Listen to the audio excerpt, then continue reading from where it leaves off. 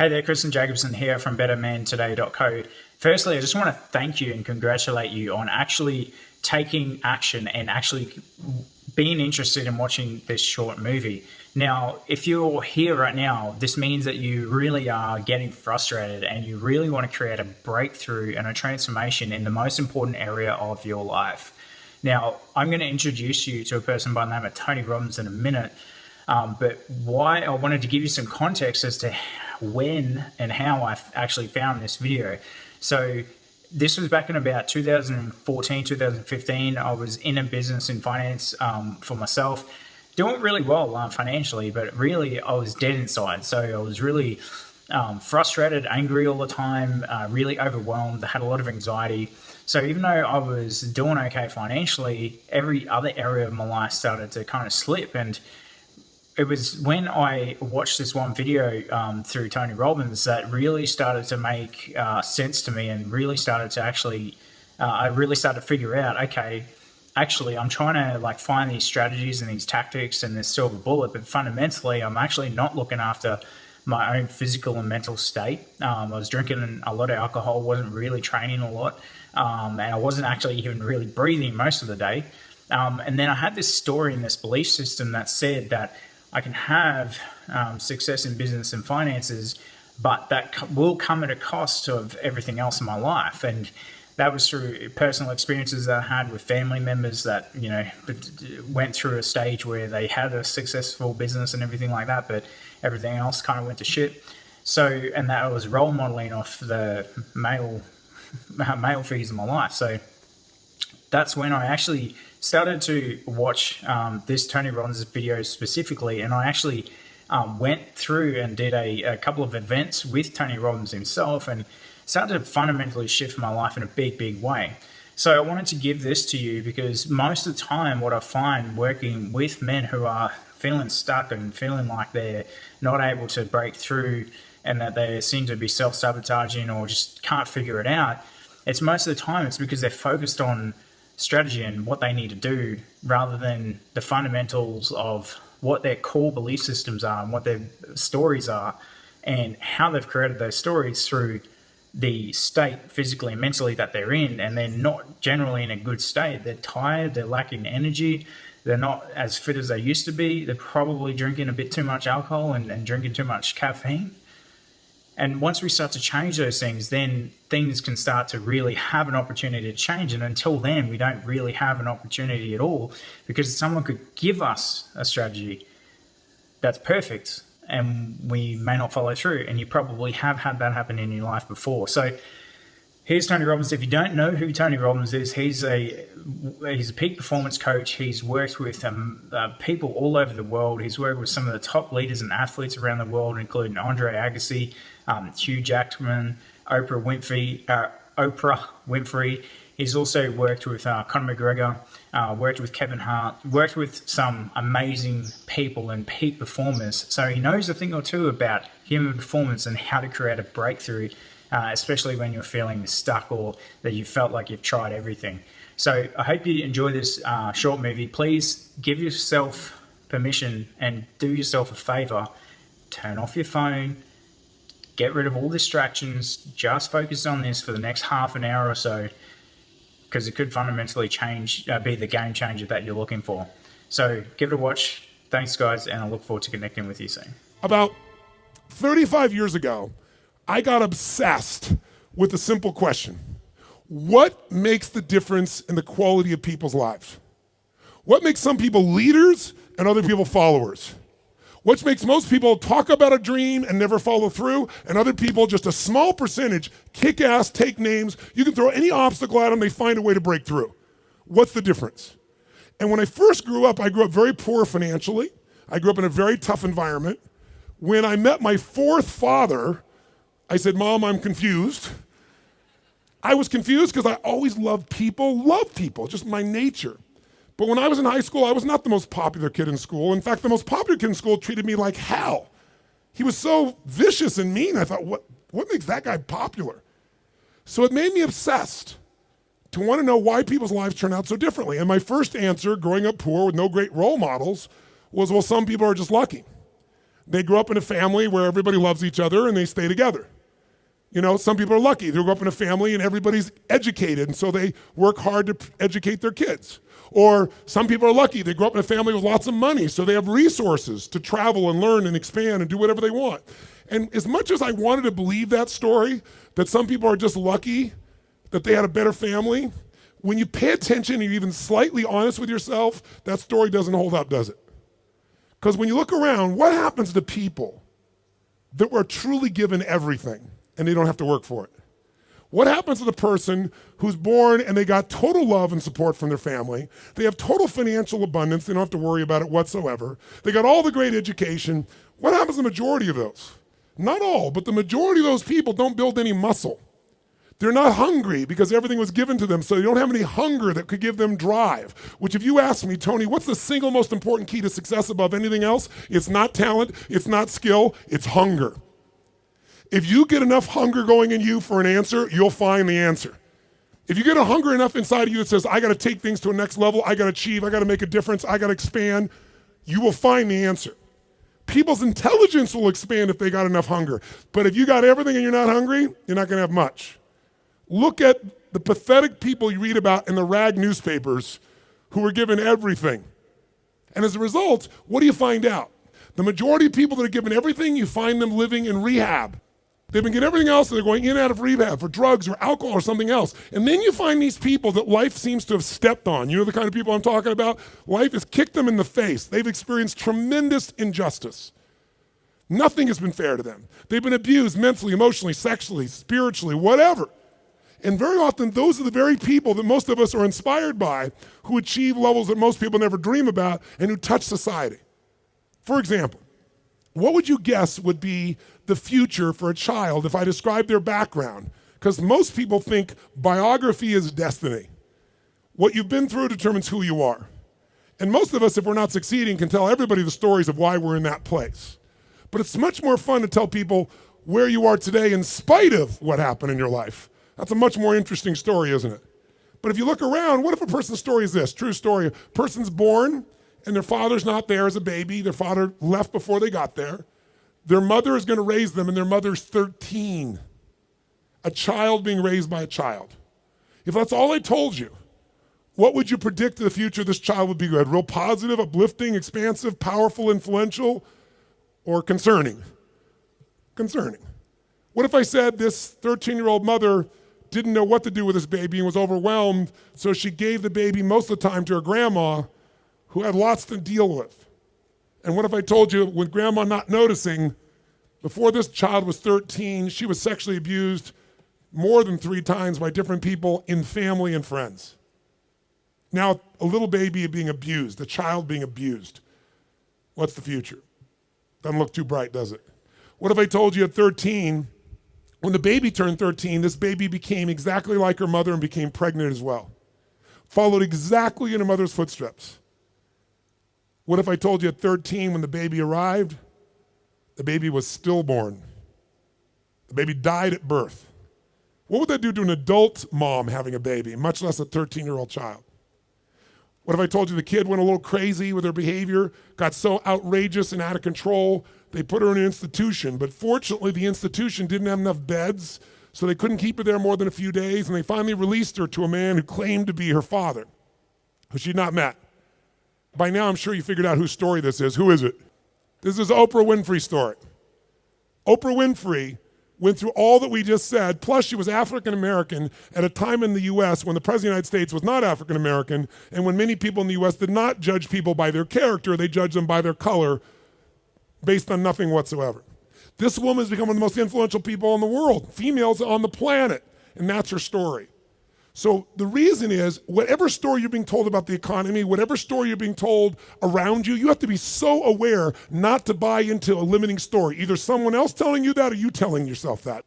And I'll tell you something, it's gotten worse as the years gone by, and I think the US has been the leader in it, and I'm not attacking my country, it's interesting what's happened in my country in the last 2 decades. Some of you may be old enough to remember 20 years ago when things started to change, because America likes to export their stories. So I think many of you, if you're around then, can remember there was a story of 2 young men who killed their parents in Los Angeles. Their names were the Menendez brothers. Does anybody here remember that story, the Menendez brothers? Keep your hands up so I can see a sense. Yeah, quite a few of you can remember the story. If you didn't know the story, it's about these two young men. They killed their parents, their mother and father, at point blank range with a shotgun, murdered them in cold blood. But when they went to a jury trial, the jury couldn't decide. They admitted they did it. They admitted it. But they said, but our parents were abusive. And so the jury literally was deadlocked. It took 2 jury trials to convict them. Now, all because they were abused. Well, many people are abused. They don't kill their parents with shotguns, right? See, if you and I are going to be successful, we're never going to get it by blaming somebody else, including God. People say, I'm poor because God wanted me poor. I'm fat because God got me fat. No, you're poor and fat because you sit on the couch and watch TV and eat Cheetos all day. It's not God's fault. So what I'm suggesting to you is you and I have to come up with a better story, a story that can make things work. So now I want you to tell me the truth on something here. Tell me right now, who here in this room has ever failed to accomplish something that really mattered to you? We all know we failed at some point. The first time I ever asked this question on stage, it was spontaneous. I was at this group called TED, Technology, Entertainment, and Design. And I asked everybody in the audience, because they're all multi-billionaires, the guys that started Yahoo, the guys that started Google. It's this really unique group of people. And they're in this darkness. And they weren't responding, so I said, let me just ask you a question. How many of you have ever failed? No one raised their hand. I said, thank you for your full participation. How many of you have ever failed? They all raised their hand. I said, great. When you failed in the past, why did you fail? And this is where you hear people's story. Remember why I'm telling you this? Because I want to tell you right now, you might write down something. Change your story, change your life. We all have a story about why we are where we are. If you're not where you want to be in your life, in some area, like maybe your body's great, but your finances aren't, or your finances great, but your relationship sucks, or doesn't, or whatever, the bottom line is you've got a story why it's that way. And the story we tell ourselves protects us from pain. It gives us a reason why it's not our fault, or it's going to be okay in the future. But the story that protects you also imprisons you. It keeps you from changing your life. So in order to create a change in your life, you really truly got to change your story. You got to shift your story. You got to find a story that's going to empower you, a story that's going to strengthen you, a story that will push you beyond anything you've ever done in the past. So the story most people have, and that they had at this TED piece was, I said, why have you failed in the past? Didn't have the money, didn't have enough time, didn't have the right resources, didn't know the right people, didn't have the right contacts, didn't have the technology. Some people said we had a lousy leader. The leader said I had lousy people. Right? Isn't this stuff that people tell you? And then in the darkness, I heard this voice say, I didn't have enough Supreme Court justices. And I looked into the dark room down there in the front row, and it's Vice President Al Gore, who lost to George Bush, and the whole crowd, I was in Northern California, and it was a Democratic crowd, so they all stood up and cheered like crazy. And when they're done cheering, I just stood there and I said, that's one way to explain why you didn't become President of the United States. You didn't have enough Supreme Court justices. But I might suggest there might be a different reason. And everybody was like quiet, going, what's he going to say? And I said, let's look at everybody else first. Those of you who told me you don't have the money, you don't have the time, you don't have the education, you didn't have the right people, didn't have the right skills, didn't have the right technology, you didn't have the right Supreme Court justices or enough of them. I would submit to you, you've all told me the reason you failed is you didn't have the resources. Time is a resource. Money is a resource. Technology is a resource. Knowing the right people is a resource. And I said to the audience, here's my experience working with the most successful people on the face of the planet, athletes, presidents of the United States, multi-billionaires. Here's what I know from them. Resources are never the real problem. A lack of resourcefulness is the real problem. I'll say it again. Lacking the resources is not the problem. Lacking resourcefulness is the real problem. What I mean by that is very simple. The ultimate resource is human emotion. What starts wars? Is it logic? Hell no, it's emotion. What makes you get married or get divorced? It's emotion. What will make you stay up all night, work to build your business? Emotion. What will make you give up? Emotion. If you don't master your emotion, if you don't become resourceful, then you're going to think the problem is resources. Because I'm here to tell you, every great person I know didn't have the resources, but they got them because they're resourceful. And what that means is, if you're creative enough, creativity is an emotional resource, can you find an answer to the problem, yes or no? If you're determined enough, can you find the money that you don't have? Can you find it? Yes or no? If you care enough and get other people to care with you, can you get them to help you? Yes or no? If you are bold enough, if you're strong enough, if you're disciplined enough, can you get yourself to do things other people cannot find a way to do? Yes or no? See, the ultimate resource is resourcefulness. And I tell you that, my friends, because I grew up with no resources, but I became very resourceful. And that's why I have the privilege to be with you today. And I said, so are you, Mr. Vice President? I watched you speak last night, and the previous night he'd spoken to this Who's Who crowd, and he had spoken on the inconvenient truth. And it was the first time he did that speech that they made into a movie. And he was so passionate. And you never saw him passionate, but he was passionate. He grabbed everybody. People liked him, people didn't like him. I said, listen, let me tell you something. You said you didn't have enough Supreme Court justices? Here's the truth. I watched the debate with you and Bush. I wanted to vote for you, but I couldn't. There wasn't any energy. There was just ego there. I said, I watched those debates. I said, if the guy that was up here last night was the guy in those debates, you wouldn't need the Supreme Court justices. And the whole crowd went berserk. They started clapping, standing ovation, and he came over and gave me a little high five and said, you're right. And we became good friends out of it. And people came to me afterwards, the guys from Kleiner Perkins, multi-billionaires, they took me to dinner and they go, we've all been thinking that. No one would ever say that. How could you say that publicly? I said, because it's the truth. They go, yeah, but no one said it. And guess what? The truth is, I don't care where you are today. I don't care if you're totally broke and getting here was a huge stretch for you. If you can find the hunger inside of you and you can remember, I don't need resources, I need resourcefulness, that'll get me the resources, then anything you dream about you can make real. But the minute you forget that and you come up with a story that goes, I don't have the money, I don't have the time, I can't do it, it's too far away, that's what's gonna kill you. Change your story, change your life. And we all have a story because we're afraid, all of us, to fail. We're afraid to not look good. We're afraid to be disappointed.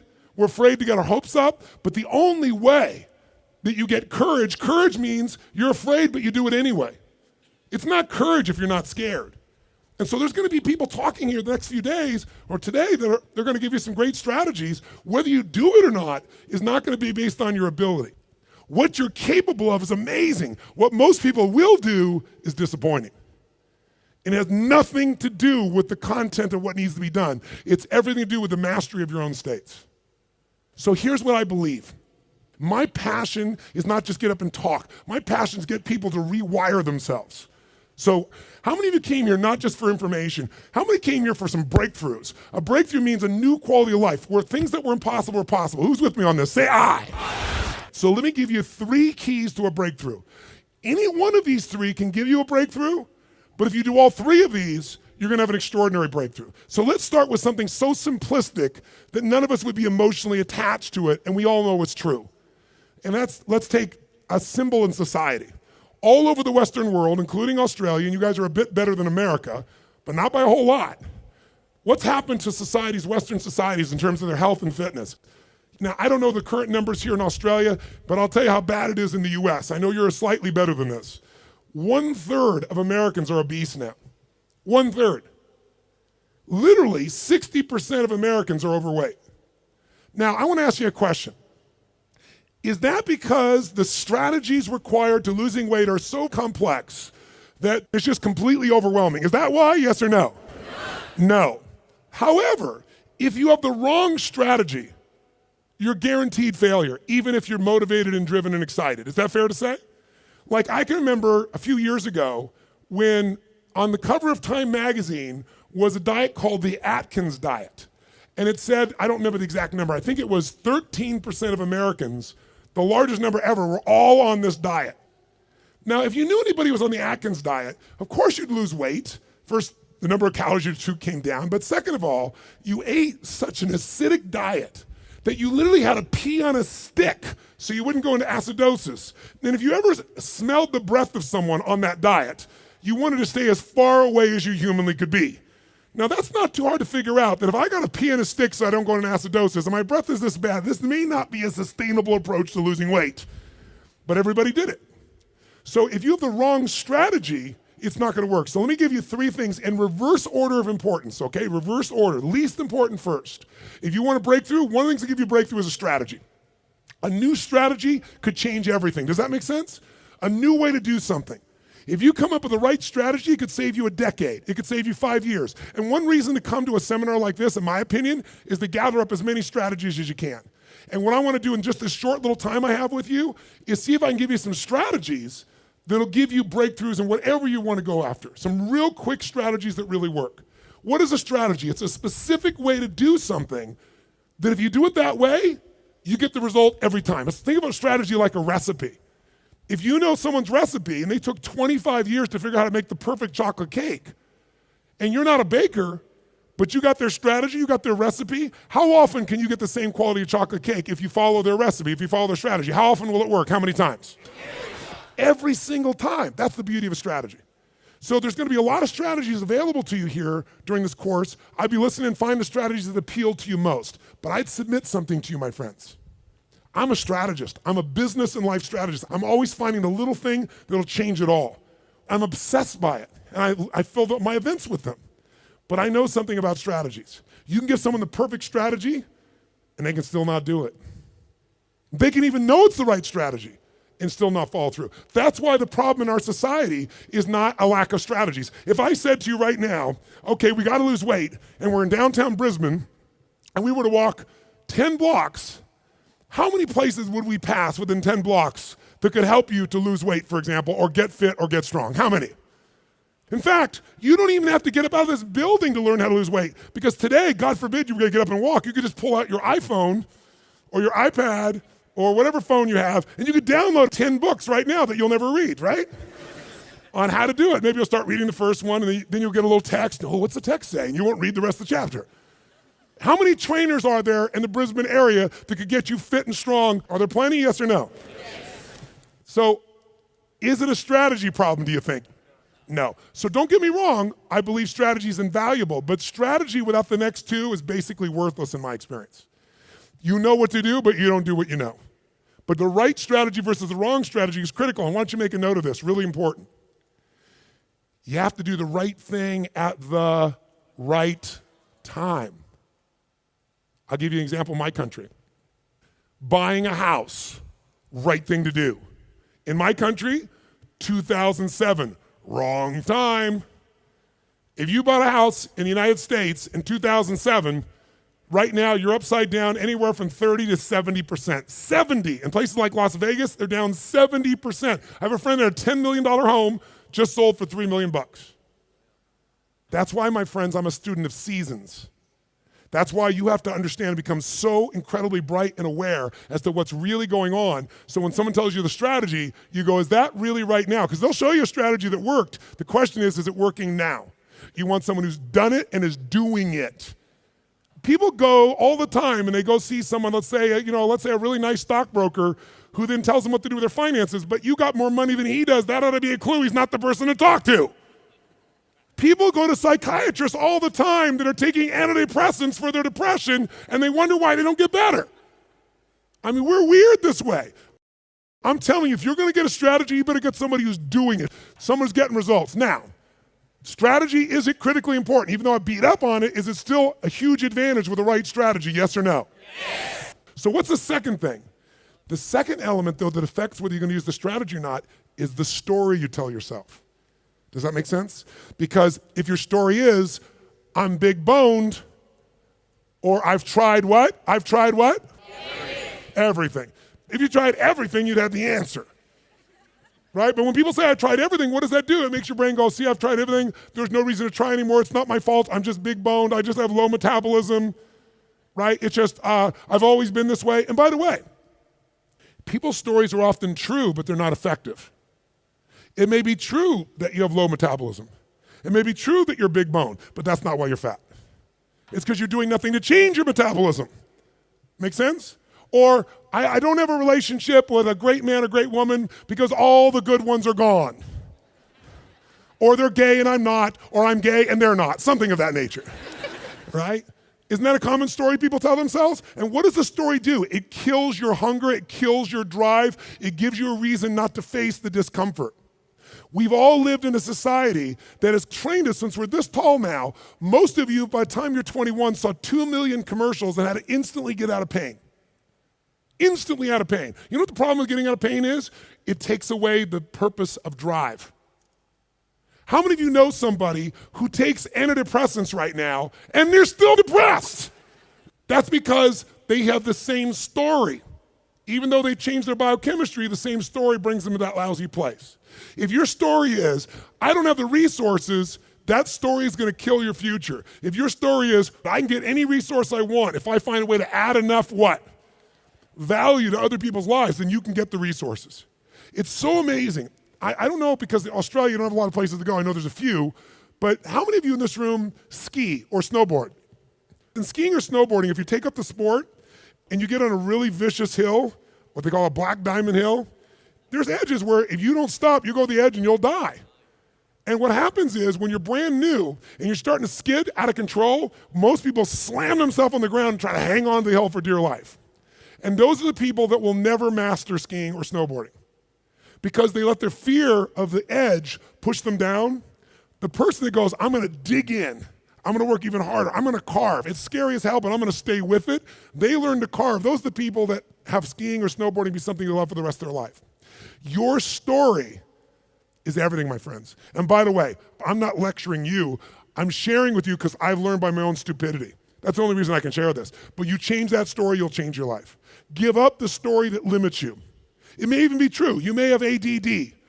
You may have been abused as a child. It may be true. But that story is not why you don't have great relationships or a great business now. You don't have great relationships or a great business now because you're so afraid of trying and failing, you keep telling that story instead of taking action. Third key, the most important key. Because by the way, if you come to somebody and they go, well, I'm big bone, and they go, that's just your story. They're going, I'll show you a story, I'll beat you to a pulp. We have to do this to ourselves. But if you are going to help someone change, including yourself, you need the third element, it's the most important element, and that is you need the right state. State, or Australians call state. State.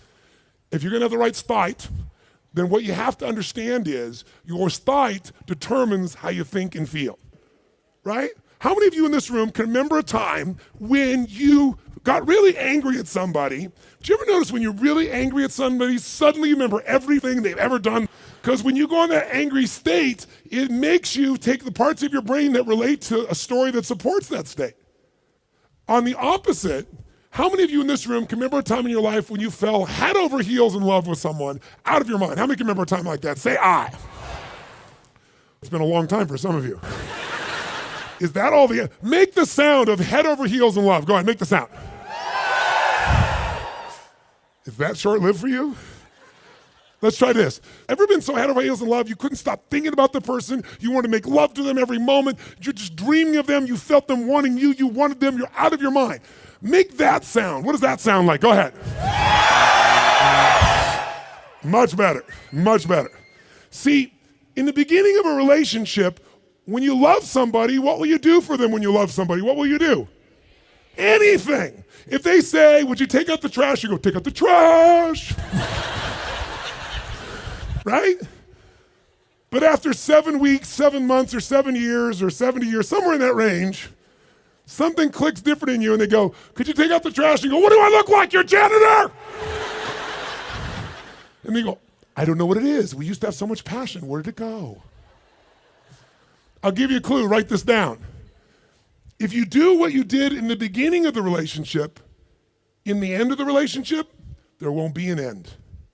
If you do what you did in the beginning of the relationship, in the end of the relationship, then there won't be an end. How long have you two been together? A year. 20 years from now, there'll be no worries for you two. He's got his arm around her. They're snuggling. They're connected. They're in the middle of the seminar learning and they're totally connected. Do what you did in the beginning of the relationship. At the end of the relationship, there won't be an end. It's so simple. That's the difference in state, isn't it? Because when you go in a different state, you come up with a different story about your partner and then you use different strategies that aren't very good. If you're in a great state, great story, great strategies, you tend to maximize. Is this helpful? So tell me, which one of the three here do you think is the one that can screw things up the fastest and can mess things up the most? Which one of these three? Tell me. Story is the one that will sustain the problem. The one that can change everything the fastest is the state. The strategy is useful, don't get me wrong. I live for them. I mean, I can tell you some strategies in business. I've taken companies, I buy them for next to nothing and turn them around. make millions of dollars just using a couple of little strategies. Some of you will come to my business mastery program, you'll see. I tell people on day one of my business mastery, you come, if today the first day is not worth a minimum of $1 million to you, day one, $1 million minimum, then I'll give you all your money back, plus you get to keep everything you got on day one. It's only a 4-day program. My clients are like multi-billion-dollar companies. We've helped turn around HomeX, the largest home builder, to give you an idea, in Mexico. They credit us in the last 2 years to $750 million of increases from what I did with them.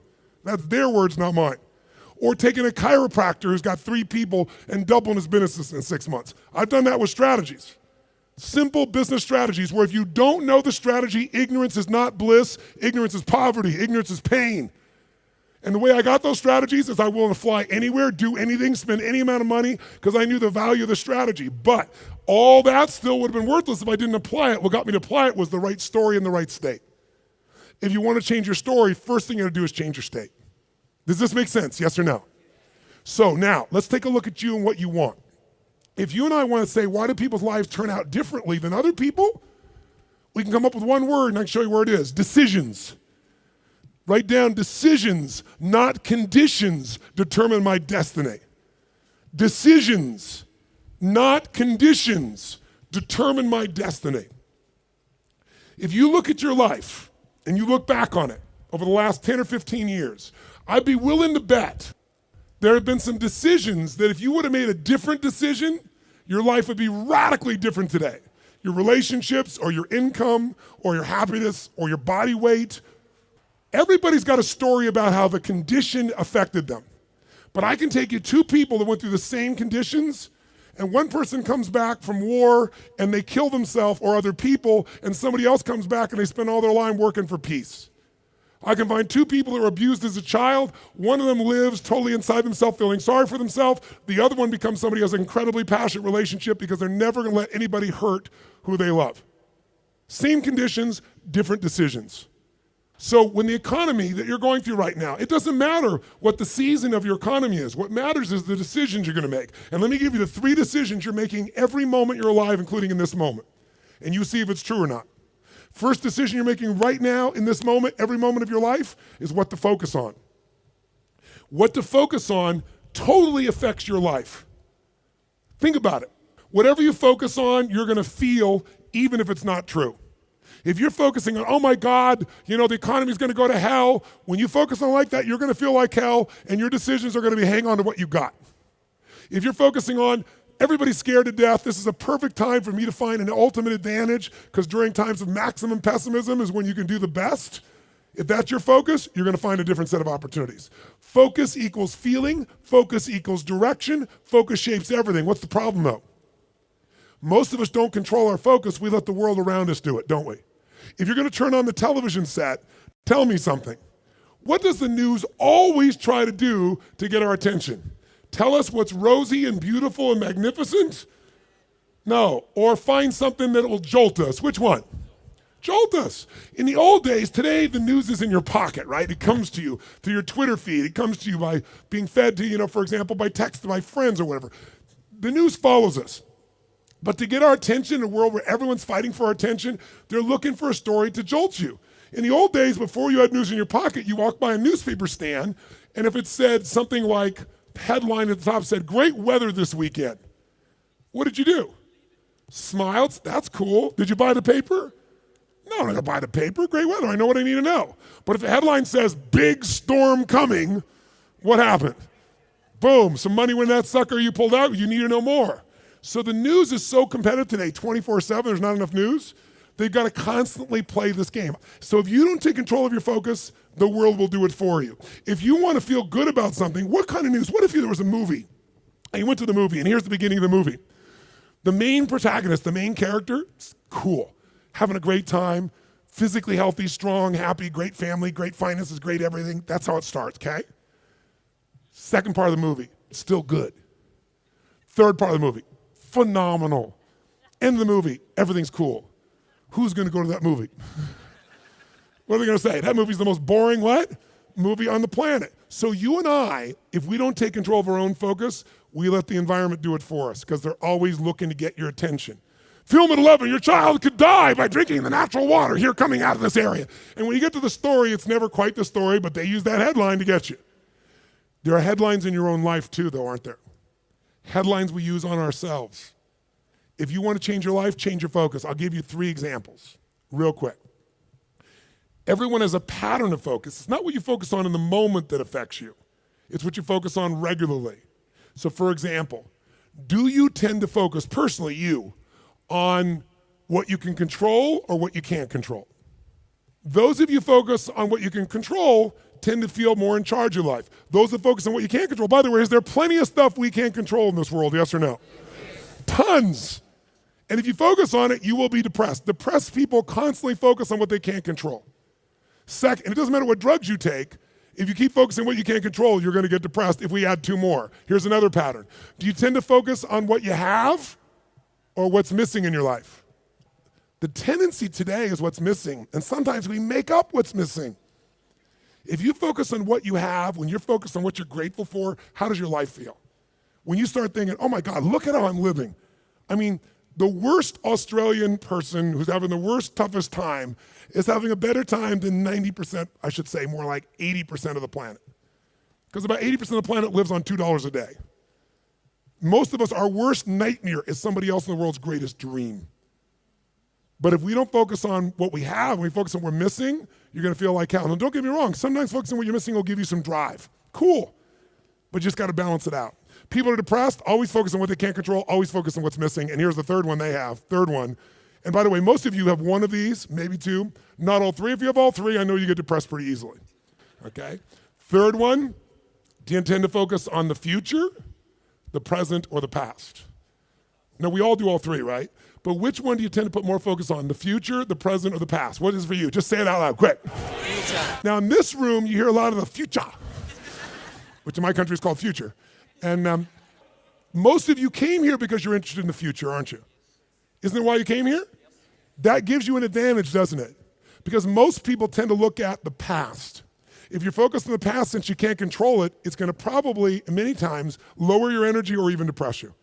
If you focus on the present, you'll probably be happier because the present moment's got more to it. A great business person looks at the future and the present, back and forth. A great happy human being tends to live in the present. A miserable human being tends to live in the past. Now, there's some exceptions. If your past is the best part of your life, you might want to spend more time there. But the problem is, if you're trying to drive yourself into the future and you're using a rearview mirror called the past, what's gonna happen, my friends? Tell me what's gonna happen. You're gonna crash. You're not gonna go backwards, you're gonna crash. Make sense? So these are just 3. I could give you so many more, and if you decide to come to the seminar, we're not just gonna tell you this, we're gonna work on it, but I wanna at least make you aware of it. So if you catch yourself focusing on what you can't control, go, okay, of course I can't control this, but this is what I am in charge of. This is what I can control. I'm missing this, that may be true, but here's what I do have.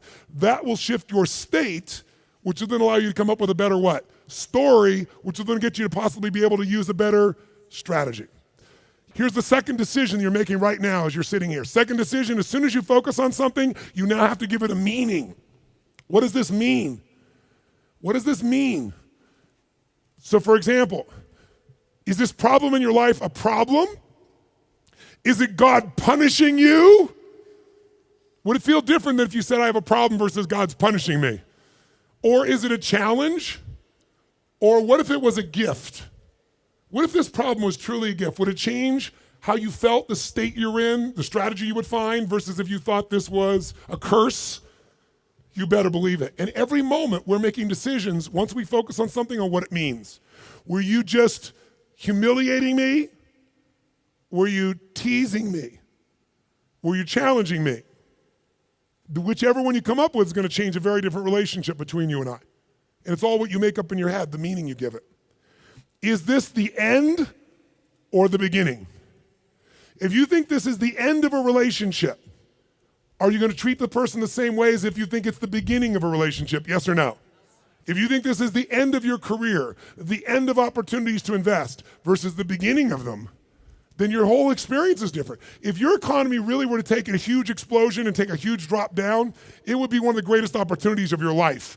The fact that it's no longer growing geometrically is an advantage to you, if you understand that. Because by the way, you make more money when things burn down than when they grow because they burn down faster. Takes years to build the towers in New York, burn them down in a couple hours. And if you're smart, you can know how to do well no matter what the economy is doing. That's really the skill set you got to master. But none of that will you get to unless you can come up with an empowering meaning from the situation. That's what makes somebody successful. What makes Oprah Oprah is she focused on what she could control. Oprah focused on what was possible, what was in the future, and how she could do something right now to make it happen. Oprah mastered meaning. She didn't say, I'm African American, I'm poor and I'm broke and I have no resources. She goes, I'm a tower of power and I'm gonna find a way to make this world change. Those belief systems got her, those states and beliefs, to the strategies that made her Oprah. Make sense? So the piece here is meaning. What does it mean? And then the third decision you're making right now, and again, when I say you're making it, be honest. You may not be making these decisions consciously. They may be being made in your unconscious just habitually because you're not paying attention. That's why you and I want to change our life. We got to wake up. So we decide what we focus on, we decide what things mean, and then the third decision, we decide what to do. What to do. Do I quit or move forward?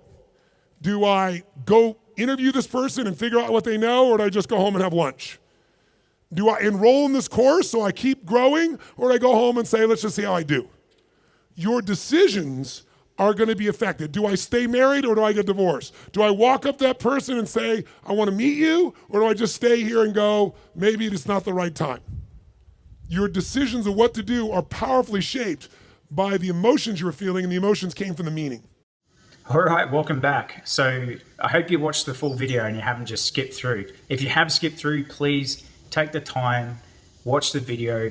It can fundamentally change everything for you, or the most important things in your life anyway, right? But if you have watched the video, congratulations, you've committed and you're actually starting to create momentum now in order to actually create that transformation and that change that you're looking for. So my question to you is, what do you do from here? Now that you know this intellectually, that's one thing, but actually putting it into practice and then regularly putting it into practice and actually staying accountable to doing the things that you need to do in order to change your state, your physical and mental state, change the belief systems and the stories that you have, and actually create new empowering belief systems and stories, and really solidifying that, and then actually being able to find the right strategy, which is working now, from people that have actually done it. That's a whole nother ball game. So really, you've got three options from here. Option one is that you watch the video and you thought that was great and it was good information, and then you fucking do nothing, right? And well, you and I both know we're not stupid. You know that that's what's going to happen from there if you do nothing from here, right? Nothing's going to change. Option two is that you go alone and try and do it yourself, and that's great. You know, some people can do that. But reality is that even some of the best people in the world at whatever they do, LeBron James, whoever, they've got people on their side helping them throughout the process. Now, yes, they have to do the exercise. Yes, they have to put in the work, right? But they've got someone backing them, and they've got someone who's watching them and, you know, giving them those little tweaks that are making all the difference. So you could either watch a video and do nothing and change nothing, or you could go alone and try it yourself and see how that goes for you. And most likely in another 3 months' time, it's going to go back to the same old. Or option three is that you can work with someone like me or one of our transformation coaches and actually start to create that momentum or more momentum, and actually create that breakthrough, and have someone in your corner keeping you accountable and watching how you actually implement these changes and what specifically you need to do in order to actually create these changes. So my invitation to you is, if you really want to take action, if you don't want to just have this thing be another thing that you watched at some point and then nothing really has changed after 3 months, what I'm going to invite you to do is actually book a breakthrough session. Now, in this breakthrough session, what we're going to do is we're going to get very specific about where you currently are state-wise in a physical and mental state, okay? We're going to look at the belief systems that you have and the stories that you have and where that originated from.